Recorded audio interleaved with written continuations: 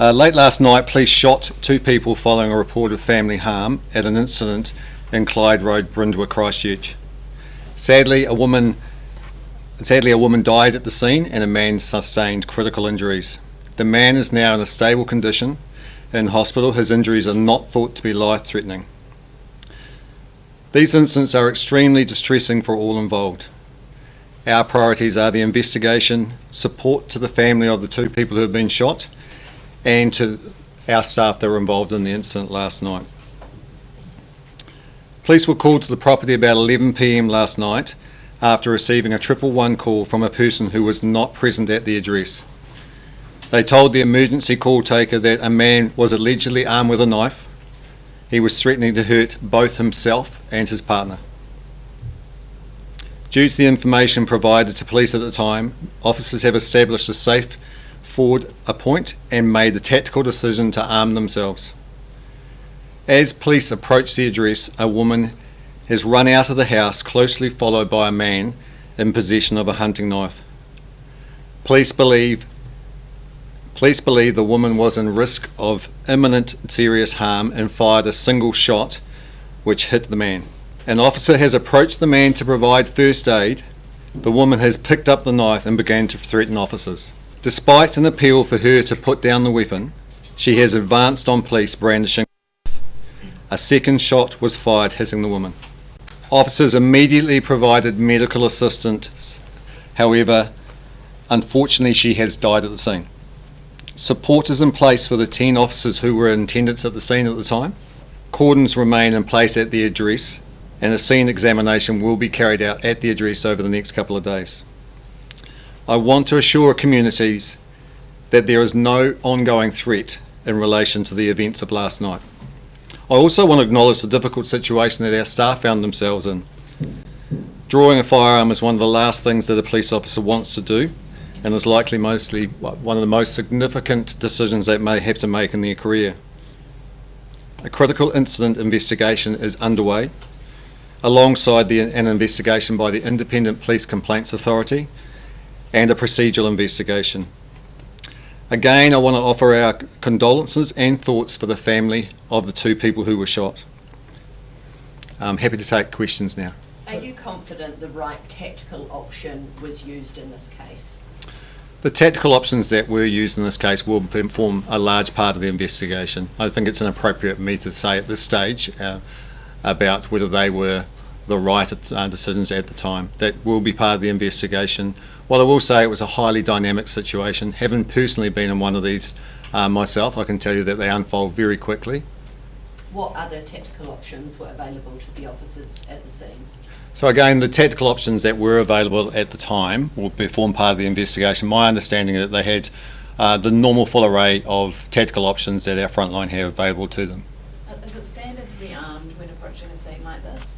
The decisions about arming when going to jobs is case by case and based on the threat that was there at the time. And again, if this is a situation where the 111 call to police highlighted that a male at the address was threatening not only himself with a knife, but the other occupant that was there as well, believed to be his partner. Were the shots fired from the handgun to the police or from a long rifle? So they were fired from a long rifle and from a police issue firearm.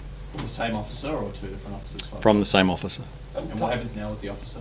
Well, again, there's procedures in place here. I'm not going to get into the details about how we're doing that, but there is a thorough investigation that will unfold over the next period, which will uncover all the facts of this case. Are they working? How are the officers involved in this? Well, all our officers involved in these situations are, obviously distressed about them. We've got good services wrapped around them. We're supporting them through this.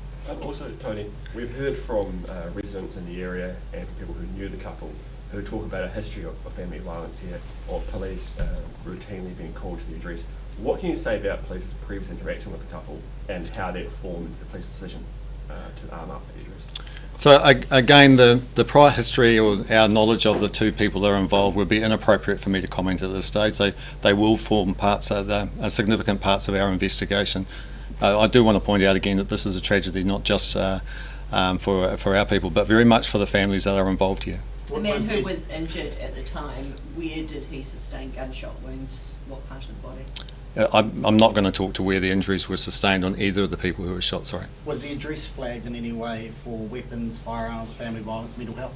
Yeah, again, the questions about our knowledge of the address and the people of the will form part of the investigation.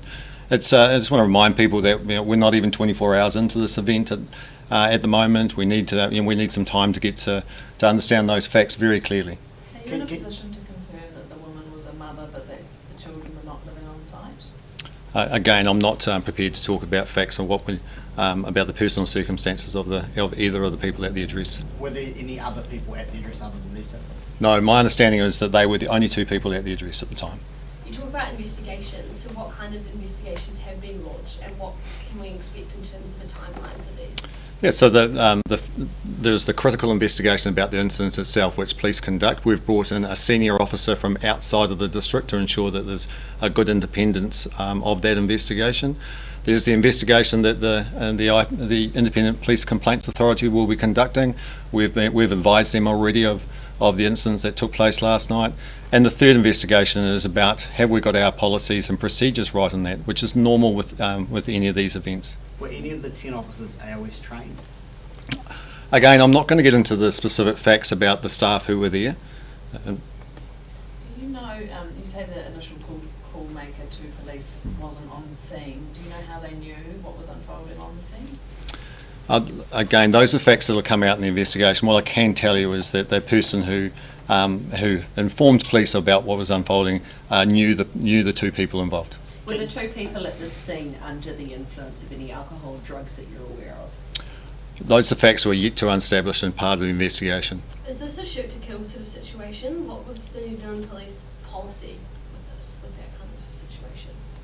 Well, I can tell you there's not a policy in place to shoot to kill. Our staff use firearms in the protection of themselves and others. There's no such thing as that. What I will say is that the actions of police are going to be subject to this investigation, and we need for the investigation to unfold to tell us those. And so Can what's you your say- message to the community now? So I missed your question. Do you mean? What's your message to the community or even just to the families of the people who were killed? Oh, look, as I said in my original statement, I said our thoughts are definitely with them. Our staff have been out and spoken to them and advised them about what's happening. We will continue to offer them support over the coming days, as we will with our staff. Can you say whether AOS was deployed at all or at the scene?